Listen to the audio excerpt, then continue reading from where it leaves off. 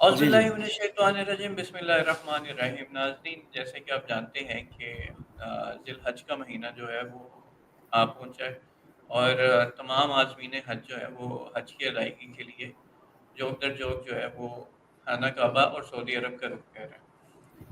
حج اور حج کا یہ مہینہ تمام امت مسلمہ کے لیے اہم ہے، کیونکہ یہ اس بڑی قربانی کی یاد میں ہے جو کہ اللہ کے حبیب نے اللہ کی راہ میں اپنے بیٹے کے لیے دی تھی۔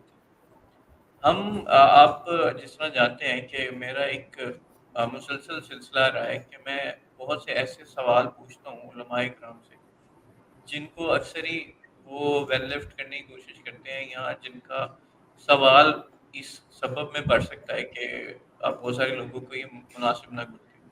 لیکن خیر، آج جو ہمارے ساتھ ہمارے جو پارٹیسپینٹ ہیں علی معاویہ صاحب، وہ بہت ہی مدبرانہ طریقے سے ہر سوال کو کیٹر کرتے ہیں اور ان کا جواب دیتے ہیں۔ تو آج ہم ان سے جو ہے کچھ سوالات بھی کریں گے، کچھ تھوڑا سا اپنے آڈینس کے لیے ذرا آسانی کے لیے کہ ہم ذرا قربانی کے حوالے سے بھی تھوڑا سوال کریں گے، اور پھر کچھ اہم سوالات جو کہ خاص کر روافظ کی سائڈ سے آتے ہیں، اور بہت ساری ایسی باتیں جو کہ زیادہ تر روافظ کی طرف سے آتی ہیں ایز اے تان و تشنیع کے طور پہ کہ ہماری کتب میں جو لکھا ہوا ہے، تو اس کے حوالے سے بھی بات کریں گے۔ لیکن شروع سے مطلب اپنے پروگرام کو شروع کرنے سے پہلے میں چاہتا ہوں کہ علی معاویہ صاحب سے ہم تھوڑا سا انٹروڈکشن لے لیں، اور پھر ہم اپنے ایک باقاعدہ انٹرویو پہ چلیں۔ السلام علیکم علی بھائی، آپ کا بہت شکریہ۔ سو آپ ذرا شروع کیجیے گا، پھر ہم انشاءاللہ باقاعدہ انٹرویو کا آغاز وعلیکم کریں۔ السلام ورحمۃ اللہ، جزاک اللہ علی آصف بھائی، جزاک اللہ۔ خطبہ حجۃ الوداع حج کے بعد کی بات سب سے اہم ہے، وہ ہے غدیر ہم، عید غدیر جنہیں مطلب عید جی جی غدیر ایک ہمارے مکتبہ فکر ہے وہ غدیر کہتے ہیں۔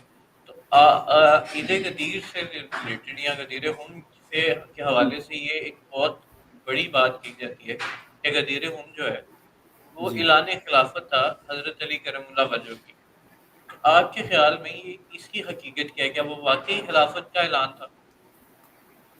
دیکھیں، اہل سنت کا نظریہ یہ ہے کہ یہ اعلان خلافت نہیں تھا، ٹھیک ہے جی۔ کیوں کہ دیکھیں، اللہ کے نبی صلی اللہ علیہ وسلم نے ہمارے نزدیک کسی کو اپنا خلیفہ مقرر نہیں کیا۔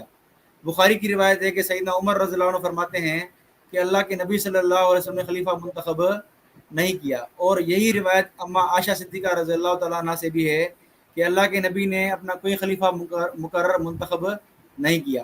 یہ اہل سنت کا موقف ہے، اس پر دلائل ہیں۔ باقی رہی، جی جی، جی جی کچھ جی کہنا جی، آپ چاہتے ہیں اپنی بات بات جی کریں۔ جی، رہی بات خم غدیر کی بات ہے، تو اس پہ سمپل ہم یہ کہتے ہیں کہ خم غدیر سے جو یہ سمجھتے ہیں کہ اس سے مراد خلافت ہے یا امامت ہے، تو سوال یہ ہے کہ کیا سیدنا علی رضی اللہ تعالیٰ عنہ نے بھی یہ سمجھا تھا یا نہیں سمجھا تھا؟ ٹھیک ہے، اگر ہم اس بات پہ آئیں گے تو ہمارے پاس واضح ثبوت موجود ہے کہ سیدنا علی رضی اللہ تعالیٰ عنہ نے بھی یا اہل بیت کے کسی خاندان کے فرد نے بھی اس سے خلافت یا امامت مراد نہیں لیا، نہیں سمجھا۔ کیونکہ آپ دیکھیں گے کہ اللہ کے نبی صلی اللہ علیہ وسلم جب آخری بیمار ہوئے تھے جی، وفات سے پہلے، اس ارتاس۔ وقت عباس رضی اللہ تعالیٰ عنہ نے سیدنا علی کو فرمایا کہ آپ اللہ کے نبی کے پاس جائیں اور خلافت لکھوا لیں، ایسا نہ ہو کہ اللہ کے نبی کے بعد کوئی خلافت کا دعویٰ کرے، ٹھیک ہے۔ تو سیدنا علی نے فرمایا کہ میں نہیں جاؤں گا، کیونکہ اگر اللہ کے نبی نے انکار کر دیا تو ہمیشہ کے لیے ہم خلافت سے ہاتھ دھونا پڑے گا۔ دیکھیں، اگر اس روایت سے یہ ثابت ہوا کہ اگر من کنت مولا فاز علی مولا سے خلافت کا اعلان تھا، تو سیدنا علی نے یہ کیوں نہیں سمجھا کہ اس سے میری خلافت مراد ہے؟ پھر وفات کے وقت اللہ کے نبی صلی اللہ علیہ وسلم کے پاس کیوں جانے کی بات ہو رہی تھی کہ جا کے خلافت لکھوائیں؟ اچھا، اب عباس نے اس بھی میں یہ نہیں سمجھا۔ جی جی جی سوری، میں بڑی معذرت چاہتا ہوں آپ کو قطع کلامی کی۔ اس جی میں جی صرف دو باتیں ہیں، ایک جی کہ جی من کنت مولا فہذا علی مولا، اس کا ترجمہ ایک کر جی دیجئے گا، اور یہ حدیث صحیح ہے، یعنی کہ تواتر سے حدیث ہے، اور یہ مسلم بخاری بخاری شریف کی شرائط پہ بھی پوری ہے، اور یہ حدیث بھی صحیح ہے، اور یہ مطلب اس کے سارے وہ فوائد ملتے ہیں۔ دوسرا اس سے یعنی کہ یہ جو حدیث کرتاس ہے، اس سے تھوڑا سا پیچھے کی بات یہ ہے کہ آپ صلی اللہ علیہ وسلم نے کہا کہ آپ میرے پاس قلم اور پیپر لے آئیں تاکہ میں وہ لکھ دوں جس کے بعد امت انتشار کا شکار نہ ہو، چاہے وہ خلافت جی ہوتی، چاہے کچھ اور بات ہوتی، چاہے وصیت ہوتی، کچھ بھی ہوتی۔ لیکن ایسا تو کہا گیا تھا نا کہ میرے پاس قلم اور کاغذ لے آئیں، میں کچھ ایسا لکھ دوں جس سے امت بعد میں شکار نہ ہو۔ تو صحیح. وہ وصیت نہیں لکھی گئی، یا وہ جیسے بھی بیچ میں جی معاملات ہوئے وہ چیزیں نہیں لکھی گئی، وہ یہ تو ہمیں تاریخ سے ملتا ہے نا. دیکھیں یہ جو واقعہ ہے نا یہ الگ ہے، اور جس واقعے کی طرف میں نے اشارہ کیا ہے وہ دوسرا واقعہ ہے. ہاں جی، وہ اس کے بعد جہاں ہے. تک پہلے یہ تھا جو میں آپ سے ذکر کیا رہا ہوں، اور بعد میں یہ جو آپ ہاں، حدیث سنا رہے ہیں بخاری شریف کی، وہ بات کی ہے. بالکل جی ٹھیک. جی جی جی جی. تو یہ واقعہ جو آپ قلم دوات والے واقعے کی بات کر رہے ہیں، یہ واقعہ اس کے یا آس پاس کا ہوگا یا آگے پیچھے ہوگا. یعنی دن یہی تھے جب اللہ کے نبی صلی اللہ علیہ وسلم جی بیمار ہوئے تھے. ٹھیک ہے جی. تو جب کسی نے بھی اس بات سے یہ نہیں سمجھا کہ اس سے مراد سیدنا علی کی خلافت ہے، ٹھیک ہے، تو ہم کس طرح سمجھیں.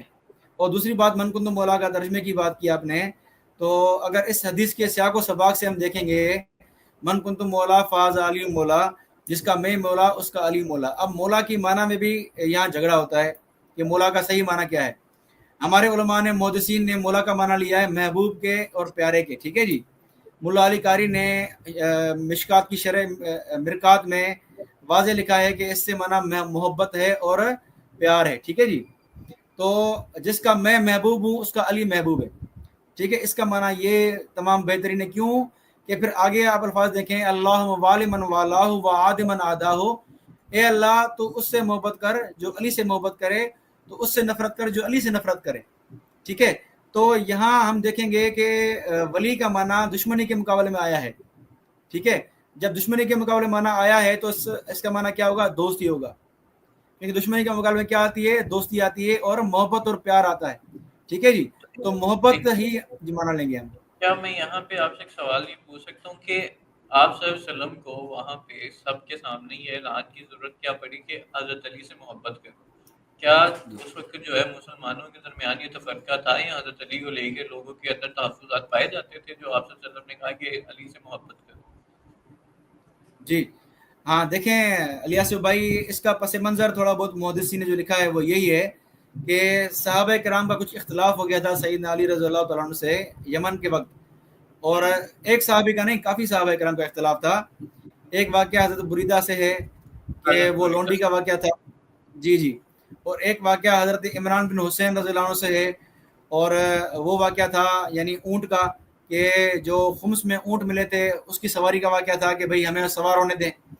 اور ایک صحابی حضرت برا بن عازب رضی اللہ تعالیٰ عنہ، ان کا واقعہ ہے کہ بھئی جو لباس وہاں سے آئے تھے مال غنیمت میں خمس کی حیثیت سے، تو وہ لباس پہننے دیں ہمیں. تو اختلاف صرف ایک صحابی کا نہیں تھا. ابن کثیر رحمہ اللہ نے 4-5 روایت نقل کی ہیں. تو 4-5 صحابہ کرام کا سیدنا علی سے یمن کے مسئلے جو پورا واقعہ تھا اس میں اختلاف ہوا. تو اور یہ بات حاجیوں میں پھیل چکی تھی سیدنا علی کے اختلاف کے حوالے سے. تو اسی لیے اللہ کے نبی صلی اللہ علیہ وسلم نے ان صحابہ کو اکیلے بھی سمجھایا کہ علی سے بغض نہیں رکھو، علی سے محبت رکھو. ٹھیک ہے جی. اور یہ امام حاکم نے اس بات کو نقل کیا ہے، اور علامہ ابن کثیر نے اس پہ تفصیلاً روایت نقل کی ہیں. تو پھر اللہ کے نبی صلی اللہ علیہ وسلم نے دیکھا کہ بھئی یہ بات تھوڑی پھیل چکی ہے عوام میں، تو یہ بات عوام میں ہونی چاہیے. تو اسی لیے اللہ کے نبی صلی اللہ علیہ وسلم نے اس خم غدیر کے وقت ظہر کا وقت ہو گیا تھا. اچھا، ایک بات میں یہ بھی کہوں کہ خم غدیر پر اللہ کے نبی نے صرف خاص اس لیے نہیں روکا تھا کہ علی کی جو ہے وہ محبت کا اعلان کروں، بلکہ وہاں ظہر کا ٹائم بھی ہو گیا تھا. جب ظہر کا ٹائم ہو گیا تھا تو ظہر کی نماز پڑھنی ہے، ظاہری بات ہے. ظہر کی نماز انہوں نے پڑھی تو ساتھ میں صحابہ سب جمع تھے، جماعت کی صورت میں نماز پڑھ رہے تھے. تو وہاں اللہ کے نبی نے سیدنا علی سے محبت کا اعلان بھی کر دیا کہ سارے جو ہے وہ جو، کیونکہ وہاں مدینہ والے موجود تھے اور مصر والے موجود تھے، عراق والے موجود تھے، باقی مکہ والے پیچھے رہ گئے تھے، طائف والے پیچھے رہ گئے تھے کیونکہ وہ طائف چلے گئے تھے، یمن والے پیچھے رہ گئے تھے وہ سارے. یعنی یہ معاملہ تھا اہل مدینہ کا اور سیدنا علی کا آپس میں. اس کا تعلق مکہ والوں سے نہیں تھا، یمن والوں سے نہیں تھا، دوسروں سے نہیں تھا. اس لیے اللہ کے نبی صلی اللہ علیہ وسلم نے 9 ذی الحجہ کو یا 10 ذی الحجہ کو یہ بیان نہیں فرمایا، بلکہ آگے کہاں بیان فرمایا؟ خم غدیر کے موقع پر. ٹھیک ہے جی. تو اس سے یہ بات ثابت ہوتی ہے کہ اس کی اتنی بڑی اگر اہمیت ہوتی تو یہ بات ہوتی حجۃ الوداع کے موقع پر. کیونکہ اللہ کے نبی جب وہاں خطبہ دے رہے ہیں، دجال کا ذکر کر رہے ہیں، گھر والیوں کے محبت کا ذکر کر رہے ہیں، حقوق کا ذکر کر رہے ہیں، تو سیدنا علی کی خلافت کا اگر بیان کرنا ہوتا، اتنا اہم مسئلہ ہوتا، تو وہاں کیوں نہیں بیان کیا؟ اس کے لیے تالاب کو کیوں چنا گیا؟ ٹھیک ہے جی. اچھا، تو اتنی ایک اہمیت اور اس کو بات. جی جی جی جی علی جی بھائی، علی بھائی آپ بات پوری کیجیے گا پھر میں. جی میں کہہ رہا ہوں کہ ایک بات میں یہاں کلیئر کرتا چلوں کہ سیدنا علی رضی اللہ عنہ کی اس سے فضیلت ثابت ہوتی ہے، اس کا ہم اس وقت انکار نہیں کرتے. سیدنا علی کی محبت اس سے ثابت ہوتی ہے، اس سے شان ثابت ہوتی ہے. ابن کثیر رحمہ اللہ نے واضح لکھا ہے کہ یہ جو واقعہ تھا غدیر والا، یہ سیدنا علی کی فضیلت کا واقعہ ہے، سیدنا علی کی شان بیان کرنے کا واقعہ ہے. یہ اہل سنت کا متفقہ فیصلہ ہے. تو اس سے کوئی یہ نہ سمجھے کہ بھائی یہ واقعہ غدیر کو کوئی اہمیت نہیں دے رہا تو علی کی شان کا منکر ہے. ٹھیک ہے، تو مجھے یہ صرف ایک سوال پوچھ سکتا ہوں کہ یہ جو آپ نے بات کی ہے کہ اس سے حضرت علی کی فضیلت ثابت ہوتی ہے، اس سے مراد کیا ہے؟ کیا وہ امت میں سب سے افضل ہے یہ ثابت ہوتا ہے؟ اس سے کیا ثابت، فضیلت کیا ہے؟ مطلب تمام صحابہ کی فضیلت ہے، اس سے خلفائے راشدین تو بہت ہے، تو حضرت علی کی کون سی اسپیشل فضیلت اس واقعے سے ثابت ہوتی ہے؟ ہاں، اس میں اصل میں یہ بات ہے کہ کیونکہ کچھ صحابہ کرام کو تھوڑا بہت علی سے دل میں تھوڑا رنجش تھی کچھ صحابہ کرام کو. ٹھیک ہے جی، تو اللہ کے نبی نے ضروری سمجھا کہ اس رنجش کو دور کیا جائے اور امت کے لیے یہ سبق ہو کہ علی سے محبت رکھنا ضروری ہے. امت کے لیے سبق ہو، کیونکہ سیدنا علی کی جو ہے وہ اللہ کے نبی کے بعد بھی کچھ لوگ ایسے آنے والے تھے جو خارجی قسم کے تھے، ناسبی قسم کے تھے، اور ان کا علم ہمارے نبی پاک صلی اللہ علیہ وسلم کو تھا. تو اس لیے اللہ کے نبی نے یہ اعلان کروا دیا کہ علی کی محبت جو ہے وہ میری محبت ہی ہے. جو مجھ سے محبت کرے گا وہ علی سے محبت کرے گا. تو گویا کہ اللہ کے نبی صلی اللہ علیہ وسلم نے سیدنا علی کی محبت کا اعلان کر دیا تاکہ اس دور کے لوگ بھی اور آگے آنے والے لوگ بھی سیدنا علی سے محبت رکھیں. تو سیدنا ویسے علی تو کی اگر آپ محبت کا دیکھیں، اظہار کھلے عام.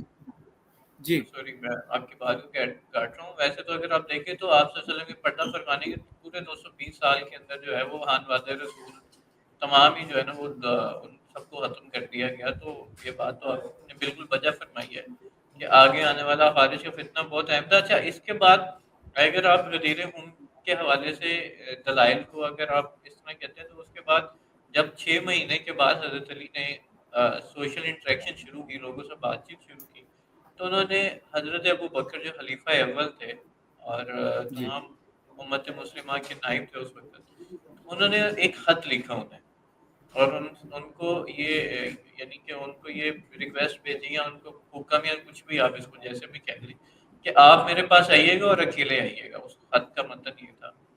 اور جس جی وقت وہ حضرت ابو بکر آپ کے پاس آئے، حضرت علی کے پاس آئے، تو انہوں نے ایک بات کی: کیا امور خلافت میں ہمارا مشورہ اہم نہیں تھا؟ کہ آپ جانتے تھے جی کہ خلافت میں جی ہمارا بھی اتنا ہی حصہ ہے جتنا آپ کا ہے.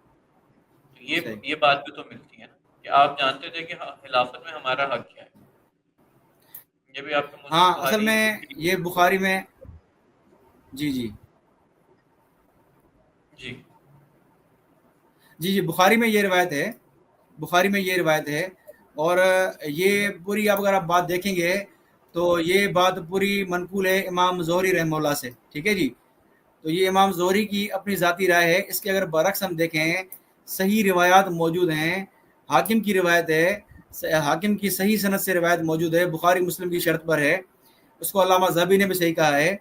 وہ یہ ہے کہ سیدنا علی رضی اللہ تعالیٰ عنہ نے سیدنا ابو صدیق کو یہ فرمایا، اور یہ بات خلافت کے دن ہی کی بات ہے، جب سیدنا ابو صدیق خلیفہ منتخب ہوئے اسی دن کی بات ہے کہ سیدنا علی رضی اللہ تعالیٰ عنہ نے سیدنا ابو بکر سے فرمایا کہ آپ نے ہم سے مشورہ نہیں لیا، اس لیے ہم آپ سے ناراض ہیں.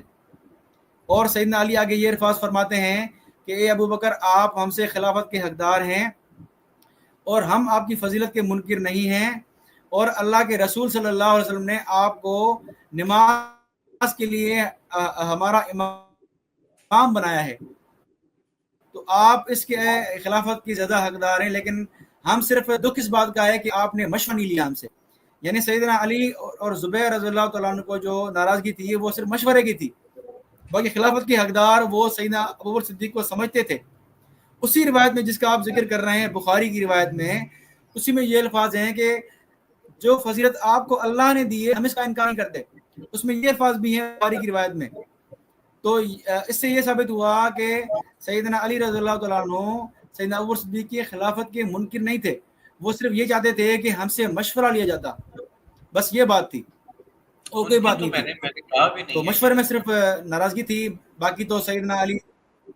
جی جی جی میں بالکل لیکن کیا یہ اس سے صحیح یہ کہا آپ نے، بات مشورے کی بات ہی تھی. یہ یہ بات اس سے ثابت نہیں ہوتی کہ جو خلافت ہے، حضرت ابوبکر کی خلافت ہے، یہ ایک شرعی فیصلہ تھا، یعنی کہ عوام کا فیصلہ تھا. یہ مطلب اللہ من جانب جی اللہ نہیں تھا، مطلب عوام میں آپس میں فیصلہ ہوا اور حضرت ابوبکر جو ہے وہ خلیفہ اول اس سے بن گئے، بجائے کہ اس جی کے لیے ہاں الیاس کوئی بھائی ہمیں دیکھیں. جی نس جی ملتی، نہ قرآن سے نس ہے اس کی، نہ سنت سے نس ہے، نہ کسی بھی چیز سے نس ہے، سوائے کہ جی جو باتیں کی جاتی ہیں نا وہ سب کے لیے بھی ہیں. وہ حضرت عثمان کے لیے بھی تھیں، وہ حضرت ابوبکر کے لیے بھی تھی، حضرت عمر کے لیے بھی تھیں، حضرت علی کے لیے بھی تھیں، سب کے لیے وہ باتیں ملتی ہیں. لیکن اس کی کوئی نس نہیں ملتی کہ آپ صلی اللہ علیہ وسلم نے انڈائریکٹلی کوئی نومینیٹ کیا ہو کہ میرے بعد خلیفہ ہی ہو گئی. ہاں دیکھیں الیاس بھائی، نس کے لیے عرض یہ ہے کہ نس ایک ہوتی ہے واضح نام کے ساتھ کہ بھئی یہ اللہ کے نبی کے بعد خلیفہ ہوں گے نام لے کر، تو ایسی نس کسی کے لیے موجود نہیں ہے، نہ سیدنا ابو صدیق کے لیے، نہ سیدنا عمر، نہ سیدنا عثمان، نہ سیدنا علی، کسی کے لیے نس موجود نہیں ہے. ٹھیک ہے. دوسری نس ہوتی ہے اشارات. تو اشارات کے اعتبار سے اگر آپ دیکھیں تو اشارات ملتے ہیں، جس طرح سیدنا علی نے فرمایا کہ سیدنا ابوبکر صدیق کو اللہ کے نبی نے ہمارے لیے نماز کا امام بنایا. تو یہ اشارہ سیدنا علی نے ہی بیان کیا ہے حاکم کی روایت میں، اور وہ بھی روایت صحیح ہے. تو یہ اشارہ تھا اللہ کے نبی صلی اللہ علیہ وسلم کا. اس کو کہتے ہیں منصوص بال صفات، کہ صفات کے اعتبار سے نس موجود ہے، منصوص بالعلم نہیں ہے، نام کے ساتھ نس موجود نہیں ہے، صفات کے ساتھ موجود ہے. تو اللہ کے نبی نے یہ کوئی اشارہ دیا کہ آپ کی نماز کا امام یہ ہے. سیدنا علی نے فرمایا اس بات کی دلیل سیدنا علی نے پکڑی ہے کہ اللہ کے نبی نے آپ کو نماز کا امام بنایا تو آپ ہی خلافت کے حقدار ہیں. تو سیدنا علی کی دلیل ہے یہ. تو اس دلیل کو ظاہری بات ہے ہم بعض والے بیان کرتے ہیں، اور اس وقت جب ثقیفہ کا موقع تھا اس وقت کیونکہ واضح نس موجود تھی نہیں صحابہ کی نظر میں، اور اس لیے مہاجر انصار کا اختلاف ہوا کہ ایک مہاجر میں سے خلیفہ ہو، ایک انصار میں سے ہو. پھر آگے مسئلہ حل ہو گیا اور ساروں نے سیدنا ابو صدیق کی مل کر بیعت کر لی. تو ظاہری بات ہے یہ سارے کام دنیا میں جو بھی ہوتے ہیں وہ کرنے والا اللہ تعالیٰ ہی ہے. جس طرح اللہ نے فرمایا کہ جس طرح میں تم کو زمین میں بادشاہ بناتا ہوں، ٹھیک ہے، وَيَجْعَلُكُمْ خُلَفَاءَ الْأَرْضِ، یہ 20ویں پارے کی شروع کی آیت ہے کہ میں تم کو زمین میں خلفاء بناتا ہوں، بادشاہ بناتا ہوں. تو یہ کام بھی اللہ ہی کرتا ہے، یعنی اللہ تعالیٰ ہر کام کرتا ہے. تو یہ جو کام ہیں یہ سارے کام اللہ ہی کرتا ہے. تو ہم یہ اچھا، کہیں گے کہ یہ بھی اللہ کی طرف سے تھا. علی معاویہ بھائی، ایک بڑی اہم حدیث ہے آپ صلی اللہ علیہ وسلم کی، مجھے ذرا اس جی کی رہنمائی فرمائیے گا. وہ حدیث ہے 12 خلفاء والی، جی مسلم جی اور بخاری میں ملتی ہے کہ میرے بعد جو ہے اسلام میں 12 خلفاء ہوں گے، اور جب تک یہ جی خلفاء موجود ہوں گے اسلام دنیا میں قائم رہے گا. جیسے یہ خلافت یعنی کہ یہ خلفاء دنیا سے چلے جائیں گے اسلام مخدوش ہو جائے گا، اور پھر وہ قیامت کے مہدی آئیں گے. تو صحیح. 12 خلفاء کا آپ دیکھیں نا تو اس کا انتقاء یا اس میں ڈسکنیکٹیوٹی اہل سنت میں ملتی ہے. لیکن اگر 12 خلفاء کا کانسیپٹ دیکھیں تو وہ شیعہ جو جورسپروڈنس ہے یا جو شیعہ مکتبہ فکر ہے اس میں تو کنٹینیوٹی ہے 12 خلفاء کی، لیکن جی سنیوں میں اس کا انحطاط ہے. جیسے آپ دیکھیں خلفاء 4 خلفاء ہیں، اس کے بعد ہم خود ہی کہتے ہیں کہ 5ویں خلفاء نہیں تھے، وہ بادشاہ تھے، منارک تھے، مسلم منارک تھے. اس کے بعد جو ہے وہ چھٹا جو کیا نام جو چھٹا بنا یزید، ہم اس کو جو ہے وہ جی خلیفہ مانتے ہی نہیں ہے، اہل سنت نگیٹ کر دیتا ہے. دین پھر اس میں کچھ کو آن کر لیتے ہیں، حضرت عمر بن عبدالعزیز کو آن کر لیتے ہیں، پھر کچھ کو چھوڑ دیتے ہیں. تو 12 تو ہمیں خلفاء ملتے نہیں ہیں. تو کیا یہ اس حدیث کی نفی نہیں؟ اور یہ حدیث جو ہے بڑی صحیح سند کے ساتھ موجود ہے کہ میرے پاس 12 جی جی خلفاء ہوں. بالکل. تو اگر خلافت کا اگر دیکھا جائے تو یہ کنٹینیوٹی تو آپ کو شیعہ جورسپروڈنس میں ملتی ہے، سنی جورسپروڈنس میں تو نہیں ملتی. ہاں دیکھیں الیاس بھائی، جہاں تک 12 خلفاء کی حدیث کی بات ہے تو اس حدیث کو آپ مکمل پڑھیں گے نا تو اس میں یہ ہے کہ میری امت میں 12 خلفاء ہوں گے اور ان سب کے دور میں اسلام غالب رہے گا. جی ٹھیک ہے علی بھائی. تو اسلام غالب رہے گا. تو اگر ہم دیکھیں گے تو اسلام غالب، اگر اس کو ہم اہل سنت پر اگر نظریے سے دیکھیں تو اہل سنت کے نزدیک یہ ہے کہ وہاں اللہ کے نبی نے کسی کا نام نہیں بتایا، اور ہمارے کسی بھی کتاب میں 12 خلفاء کا نام منقول نہیں ہے اللہ کے نبی سے. علماء نے اپنی رائے پیش کی ہے کہ بھئی 4 خلفاء ہیں یا فلاں فلاں جو بھی انہوں نے نام لیے ہیں، اور ناموں میں اختلاف ہے. ایسا نہیں کہ کوئی خاص نام لیے ہوں اور انہیں پہ اتفاق ہو، اتفاق نہیں ہے، ٹھیک ہے، کیونکہ جب نام اللہ کے نبی نے ہی نہیں بتائے تو علماء میں ظاہر اختلاف ہوگا، ظاہری بات ہے، ٹھیک ہے، ایک بات۔ دوسری بات یہ ہے کہ خلفاء یہاں یہ بھی وضاحت نہیں ہے اس روایت میں کہ خلفاء اچھے ہوں گے یا برے ہوں گے، یہ وضاحت بھی نہیں اس روایت میں، بس یہ ہے کہ 12 خلفاء ہوں گے اور ان کے دور میں دین غالب رہے گا۔ کوئی یہ بات نہیں ہے کہ وہ اچھے خلفاء بھی ہوں گے، اس سے اچھے ہی مراد ہیں یا مکس مراد ہیں، کوئی ایسی وضاحت نہیں ہے۔ تو علماء کرام نے جنہوں نے یہ سمجھا کہ اچھے ہی مراد ہوں گے، جس طرح علامہ سیوطی نے تاریخ الخلفاء میں نیک خلفاء کے نام گنائے ہیں، ٹھیک ہے جی، اور جنہوں نے یہ سمجھا کہ بھئی اس سے اچھے برے دونوں مکس ہیں، کوئی اس میں اچھے برے کی تقسیم نہیں ہے، بس یہ ہے کہ ان کے دور میں اسلام غالب رہا ہو، تو پھر انہوں نے اچھے برے مکس کر دیے ہیں، پھر یزید بھی ایڈ کر دیا انہوں نے، پھر مروان بھی ایڈ کر دیا انہوں نے، تو اس سے یعنی کوئی واضح روایت نہیں ہے، اسی لیے علماء میں اختلاف پایا جاتا ہے۔ جہاں تک شیعہ مذہب کی بات اگر کرتے ہیں ہم، تو شیعہ مذہب میں آپ دیکھیں 12 خلفاء، شیعہ مذہب میں کتنے فرقے ہیں؟ شیعہ مذہب میں اتنے فرقے ہیں کہ ان میں ائمہ میں بھی اختلاف ہے، کوئی جی کہتے جی، ہیں کہ 4 سے سیدنا 5 ہے، زیدیہ ہے ان کا، اسماعیلیہ ہے، جی اور جی جی مطلب 4 سے 5 فرقے ہیں جتنا مجھے ان کا بالکل۔ پتہ تھا، مجھے دیکھیں پتہ اگر نہیں اگر ہے۔ ہاں اگر شیعہ مذہب کی بات کریں تو شیعہ مذہب میں بھی اثنا عشری ایک فرقہ ہے جو صرف 12 خلفاء کو مانتا ہے، باقی دوسرے فرقے ہیں، واقفیہ ہو گیا یا اسماعیلی ہو گیا، یہ سارے زیدیہ، شیعہ سے اتفاق نہیں کرتے اس بات پر، ٹھیک ہے جی۔ تو اگر ہم دیکھیں کہ شیعہ میں بھی اختلاف ہے، تو اس بات میں شیعہ میں بھی اختلاف ہے، تو کیونکہ شیعوں کے بہت سارے فرقے ہیں جو کافی ائمہ کو نہیں مانتے، امام مہدی میں ان کا بہت اختلاف ہے، کافی شیعہ سے جو امام مہدی کو امام مانتے ہی نہیں ہیں، جی وہ ٹھیک ہے جی اسماعیلیہ تو بالکل ایک علیحدہ، بالکل جی ایک جی جی علیحدہ برانچ ہی ہے نا، کہ وہ تو جی جی امام بالکل، مہدی ہوتا ہے۔ چلے ہم اس کے اوپر نہیں جاتے، زیادہ لمبی ڈیبیٹ، اس کے اوپر علیحدہ سے پروگرام رکھیں گے۔ لیکن انشاءاللہ علی بھائی انشاءاللہ ایک اور بات ہے، جی اگر ہم یہ خلفاء والی بات کہتے ہیں نا کہ اسلام غالب رہے گا، تو اگر یزید کے دور میں دیکھا جائے تو یزید کے سارے دور میں، چلے واقعہ کربلا کو تو ہم اس وقت ویسے پوچھ رکھ دیتے ہیں، واقعہ کربلا کو تو ہم چھوڑ دیتے ہیں، لیکن اس کے علاوہ 2 واقعات ایسے ہیں جو کہ اگر دیکھا جائے تو اسلام کے لیے وہ بہت ہی زیادہ پشیمانی کا ہے۔ ایک واقعہ ہے ہرا جو کہ جی مدینہ شریف میں ہوا، اور دوسرا خانہ کعبہ میں منجنیقیں چلانا۔ یہ 2 صحیح واقعات، یعنی کہ دونوں مقدس جو زمینیں ہیں نا، اس اس کی اس کی عصمت کی پامالی ہوئی یزید کے دور میں۔ تو اگر اس کو آپ خلیفہ کسی بھی طرح سے مان لیں کہ اگر شریعت کی، کیونکہ ویسے بھی وہ بیعت لے کر ہی آیا تھا، جو اسلامک جورسپروڈنس ہے، جو ہماری شرعی جی نظام ہے، اس کے تحت تو سارے قواعد و ضوابط سے آیا تھا، وہ بیعت کیسے لی گئی، کیا ہوا کیا نہیں ہوا، اس کے بعد کیا ہوا، لیکن وہ تو سارے قواعد و ضوابط پورے کر کے آیا تھا نا، خلیفہ بنا تھا۔ جی تو جو واقع ہرا ہوا، اور اس کے بعد جو یہ کیا نام ہے، خانہ کعبہ کی منجنیقیں چلائی گئی، یہ تو واقعہ تو مطلب کوئی اس کو جسٹیفائی نہیں کر سکتا جو یزید جی کے۔ جی تو بالکل، آپ کیسے کہتے ہیں کہ مطلب کہ اسلام کا غلبہ رہے گا؟ اسلام کو بہت زیادہ نقصان پہنچا یزید کو۔ ہاں دیکھیں الیاس بھائی، ایک تو یہ بات یہ کہ میں نے آپ کو اس کی بات بتائی تھی کہ بھائی 12 خلفاء میں لازمی نہیں کہ وہ اچھا برا دونوں ہوں، ٹھیک ہے، یا سارے اچھے ہوں یا مکس ہوں۔ دیکھیں یزید پر ظاہری بات ہے، ہمارے کافی علماء نے لکھا ہے کہ یزید برا تھا، فاسق تھا، فاجر تھا، اس کی بہت سی برائیاں کی ہیں، یہاں تک کہ فقہ حنفی کی کتاب میں لکھا ہے کہ اس کی گواہی بھی قبول نہیں ہے، ٹھیک ہے جی۔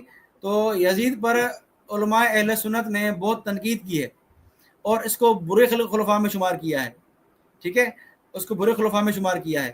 جہاں تک اسلام کے غالب ہونے کی بات ہے، تو اسلام کا غالب ہونے کا مقصد یہ ہے کہ کفار پر اسلام کا غلبہ تھا، کفار کو جرت نہیں تھی کہ وہ اسلام پر، مسلمانوں پر اٹیک کریں۔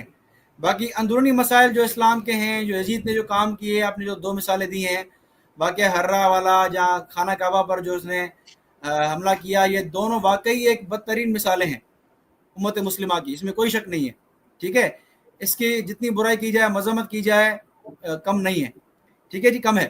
تو ہم کہتے ہیں کہ بھائی یزید نے یہ برے کام کیے، اس میں کوئی شک نہیں ہے، لیکن اگر اسلام کے غلبے کی بات ہے تو اسلام کا غلبہ تو تھا، اس وقت کفار میں جرت نہیں تھی کہ وہ حملہ کرے مسلمانوں پر، تو یہ کام اس کے واقعی برے تھے، اس میں کوئی شک نہیں ہے، لیکن کفار کی جرت نہیں تھی کہ اسلام پر حملہ کر سکے۔ تو جب کفار کی ہم بات کریں گے، غلبے کی بات کریں گے، تو کفار اور اسلام کی بات، کفر اسلام کی بات ہوگی، اپنے آپسی اختلافات کی بات نہیں ہوگی۔ ٹھیک ہے، اچھا دیکھیں سیدنا علی کے دور کی بات دیکھیں ہم، سیدنا علی کے دور میں اختلافات ہوئے، جنگ لنگی، جنگ جمل، جنگ صفین، تو ہم یہ کہتے ہیں کہ بھائی اب آپس میں اختلافات کا مسئلہ نہیں ہے. سیدنا علی کے دور میں کسی کافر کو ضرورت نہیں تھی کہ وہ سیدنا علی پہ حملہ کرے. ٹھیک ہے، آپس میں اختلافات ہوئے ہیں، اس میں کوئی فرق نہیں پڑتا. دیکھیں کافر پہ اختلافات مطلب ہمارے جو خلیفہ دوئم تھے ان کو ایک کافر نے ایک مجوسی نہیں تو جو ہے شہید کیا تھا، تو یہ ہم سے تو ہوتے آئے ہیں. ہمارے دوسرے خلیفہ کو شہید ابو لولو فیروز ایک مجوسی تھا، اور دوسرے خلیفہ تو خود ایک کافر کے ہاتھوں شہید ہوئے. اور پھر اس کے بعد جو ہے حضرت علی کا دور جو ہے وہ سب سے زیادہ فتنہ گرد دور رہا ہے، یعنی کہ سب سے زیادہ مشکل دور رہا ہے. اس میں بہت زیادہ فتنے تھے، بارش کے فتنے تھے. پھر جی خلافت کی کو لے کے بتدریج وہ ایک جو ہے نا وہ نگیشن تھی کہ وہ حضرت علی کو خلیفہ ماننے کے لیے ایک بہت بڑا مسلمانوں کا ایک جو طبقہ تھا وہ تھا ہی نہیں. اور آپ کو پتہ ہی ہے کہ یہ ہمارے کتب میں لکھا ہے کہ ایک مطلب شام سے دوسری طرف حضرت علی کے اوپر سب و شتم ہوتا تھا ان کے خلیفہ ہوتے ہوئے. یہ اس کے بعد جا کے یہ جو ہوئی تھی یہ جو شرائط رکھی گئی تھی سفینہ دوم میں، اس میں سب سے پہلی شرط جو حضرت امام حسن نے رکھی تھی وہ یہی تھی کہ اہل بیت اور حضرت علی کے اوپر سب و شتم، اور اس میں سب و شتم کا لفظ جو ہے نا وہ گالیاں ہیں کہ گالیاں نہیں دی جائیں گی. یہ تو اس شرط کے اندر مینشن تھا. تو یہ تو ایک مطلب ہماری تاریخ کے ادوار کا ایک یہ حصہ رہا ہے، اور مطلب اس کو نگیٹ بھی نہیں کیا جا سکتا. تو یہ چیزیں نہیں ہیں آپ کے سامنے کہ فتنہ گری کا دور رہا ہے. اس کے بارے میں آپ کو کیا کہنا ہے؟ یہ بالکل صحیح کہتے ہیں آپ کہ سیدنا علی کے دور میں بہت سارے فتنے ہوئے ہیں، اس میں کوئی شک نہیں ہے. اس لیے ہم کہتے ہیں کہ سیدنا علی رضی اللہ تعالیٰ عنہ جو ہے وہ ان سارے معاملات میں بالکل حق پر تھے. ٹھیک ہے جی، اور ان کے دور کو جو ہے وہ متنازع بنایا گیا ہے، اس میں کوئی شک نہیں ہے. کیونکہ سیدنا عثمان کو جو شہید کیا گیا اس کے بعد سیدنا علی کے جو ہے وہ خلافت میں فتنے ہی فتنے ہوئے ہیں. اور اس میں جو صحابہ کرام رضی اللہ عنہ کا کردار تھا، کیونکہ صحابہ کرام میں اختلاف ہو گیا تھا، سیدنا عثمان کا قصاص کا مسئلہ ہو گیا تھا، اور صحابہ کرام کی کوشش یہ تھی کہ یہ فتنے نہ ہو، جنگ نہ ہو. اس لیے قصاص کا مطالبہ کر کے انہوں نے جو ہے وہ اس فتنے کو ختم کرنے کی کوشش کی. لیکن جو لوگ فتنہ چاہتے تھے، جو سیدنا عثمان کے قاتلین تھے، وہ نہیں چاہتے تھے کہ ہم پکڑے جائیں اور ہم سے قصاص لیا جائے. اسی لیے انہوں نے یہ مختلف فتنے کروائے. سیدنا عثمان کے بعد انہوں نے جنگ جمل کروائی. یہ وہی لوگ تھے جنہوں نے سیدنا علی کے لشکر میں گھس کر اور جنگ جمل میں دونوں طرف سے تیر چلوائے اور جنگ کروائی. اور یہ وہی لوگ تھے جو سیدنا علی کو بھڑکاتے تھے حضرت معاویہ کے خلاف اور کہتے تھے کہ معاویہ سے جنگ کرو. ٹھیک ہے، تو یعنی یہ لوگ تھے جو نہیں چاہتے تھے کہ صحابہ کرام کا آپس میں اتفاق ہو. حالانکہ صحابہ کرام کا پھر آگے چل کے اتفاق ہوا. سیدنا علی نے سیدنا معاویہ سے صلح کی. ٹھیک ہے، اور طلحہ زبیر رضی اللہ عنہ جو شہید ہوئے، سیدنا علی نے ان کے قاتلین کو بد دعا دی. جب حضرت زبیر کے قاتل جو سیدنا علی کے پاس آیا تو حضرت علی نے کہا کہ اللہ کے نبی نے فرمایا ہے کہ اے علی، زبیر کے قاتل کو جہنم کی خوشخبری دینا. تو ابن جرموس کو سیدنا علی نے کہا کہ تم جہنمی ہو، تم قاتل زبیر، تم جہنمی ہو. تو سیدنا علی تو ان صحابہ کرام سے محبت رکھتے تھے. سیدنا معاویہ سے سیدنا علی نے ابو موسیٰ اشعری سے فرمایا تھا کہ جا کے صلح کر لو. تو ابو موسیٰ اشعری نے جا کے صلح کی، پھر یہ معاملات ختم ہوئے ہیں. پھر سیدنا حسن نے دونوں لشکروں کو ملا کر صلح کر دی. یعنی لڑوانے والے بیچ والے تھے، ان صحابہ کی نیت تھی اصلاح کرنے کی. اسی لیے سیدنا علی نے ابو مسلم خولانی کو دونوں بار بھیجا اور کوشش کی صلح کرنے کی. ٹھیک ہے جی، لیکن جو سیدنا عثمان قاتلین تھے وہ چاہتے نہیں تھے کہ مسلمانوں میں اتفاق ہو. ٹھیک ہے جی، پھر جب سیدنا حسن نے صلح کروائی تو پھر عام الجماعت کے نام سے یہ سال جانا گیا کہ اب مسلمانوں کا اتفاق ہو گیا ہے، دوبارہ مسلمان متفق ہو گئے ہیں. عام الجماعت سیدنا حسن نے صلح کے بعد یہ نام پڑ گیا. تو اچھا، اسلام کے دشمن جی آپ بالکل ٹھیک فرمائے. بس صرف ایک چیز فرمائیے گا کہ جس چیز کو مدعا بنا کے دو بہت بڑی جنگیں ہوئی، ایک جنگ جمل جن میں حضرت طلحہ اور حضرت زبیر شہید ہوئے، اور دوسری جی جنگ صفین جس میں قرآن نیزوں میں اٹھائے گئے، تو اس کے بعد حضرت عثمان کا قصاص کیوں نہیں لیا گیا؟ دیکھیں، قصاص سیدنا علی چاہتے تھے. اس میں یہ دورہ نہیں ہے کہ سیدنا علی قصاص حضرت کے علی کی مخالف. خلافت کے بعد کی بات کر رہا ہوں، حضرت علی تو شہید ہاں دیکھیں، کے اصل بعد میں کیوں جہاں نہیں تک لیا؟ قصاص کی جہاں تک بات ہے تو سیدنا علی کے دور میں ہی کافی قاتلین عثمان مارے گئے تھے. مثلا مالک اشتر وہ مشہور تھا. وہ مارا گیا سیدنا علی کے دور میں ہی، جب وہ مصر پہ حملہ ہوا تو وہاں راستے میں ہی وہ مارا گیا. اور محمد نبی بکر کے مشہور تھا کہ وہ سیدنا عثمان کے مخالف ہے، اور وہ داخل ہوا تھا گھر پہ ان کے، وہ بھی مصر میں ہی سیدنا علی کے دور میں ہی ان کو جو ہے قتل کیا گیا تھا. اس کے بعد کافی لوگ تھے جو مصر میں جنگ جمل سے پہلے قتل ہوئے تھے، جو لشکر طلحہ زبیر نے جا کے ان کو مارا تھا. ٹھیک ہے، تو کافی لوگ ایسے تھے جو مر چکے تھے. کچھ لوگ بچے تھے جس میں ایک نام آتا ہے عمر بن ادیس رضی اللہ عنہ، صحابی رسول تھے. یہ نام مورخین نے نقل کیا ہے. ٹھیک ہے، ان کو بھی سیدنا معاویہ نے حکم دیا تھا کہ ان کو جو ہے پکڑ کے میرے پاس لایا جائے. تو انہوں نے کیا کہ وہ فرار ہو گئے تھے وہاں سے، اور ایک غار میں چھپ گئے تھے. جب ڈھونڈ کے ان کو تلاش کیا گیا تو غار سے ان کی لاش ملی تھی. ٹھیک ہے جی، ان کی لاش ملی تھی، تو ان کے جو ہے وہ سر کاٹ کے لایا گیا حضرت معاویہ کے پاس. دیکھو جی، یہ بھی جو عثمان کے مخالفین تھے، یہ بھی ان کا جو ہے وہ یہ انجام ہو گیا ہے. ٹھیک ہے جی، تو کہنے کی بات یہ ہے کہ تقریباً جو قاتلین عثمان کے جو مشہور نام تھے نا، وہ تقریباً ختم ہو چکے تھے. کوئی ایسا نام نہیں بچا تھا کہ جو باقی رہا ہو اور قصاص لی جائے اس سے. تقریباً یہ جو مین فتنے گر لوگ تھے یہ سب مارے جا چکے تھے. ٹھیک ہے جی، تو ایسا کوئی نام نہیں بچا تھا کہ جو سیدنا معاویہ نے چھوڑا اس کو.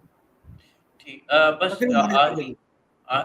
آخری سوال کہ جی یہ جو خلافت اور امامت کا ایک جو بحث چل پڑی ہے کہ جی جو خلافت ہے وہ حضرت علی کی ہے، اور ہم اہل سنت والجماعت جو ہے وہ یہ مانتی ہیں کہ خلافت کا جو شرعی فیصلہ ہوا تھا، وہ مطلب آپ صلی اللہ علیہ وسلم نے فرمایا کہ جو فیصلہ میری امت کے اجماع سے ہوگا اس میں اللہ تعالیٰ ہیڈ ڈال دے گا.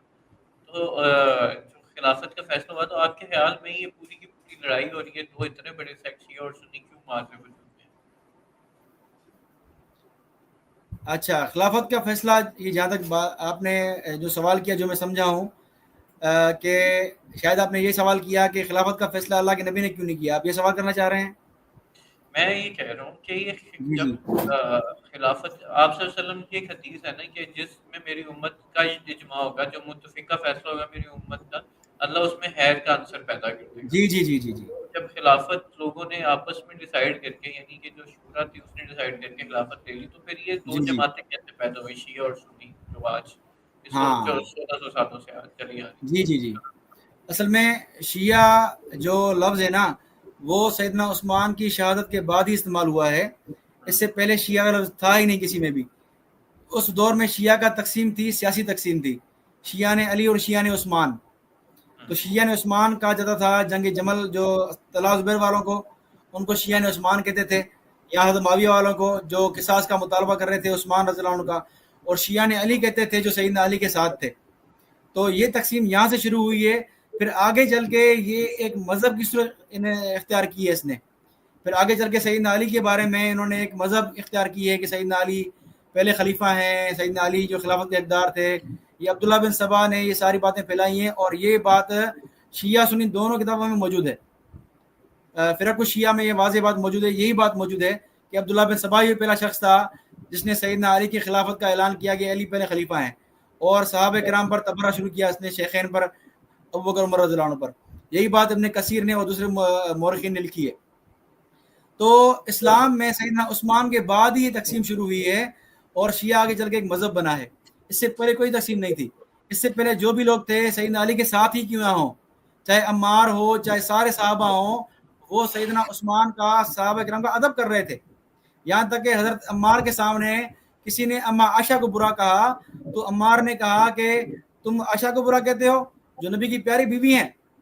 تو عمار ان سے ناراض ہوئے ہیں.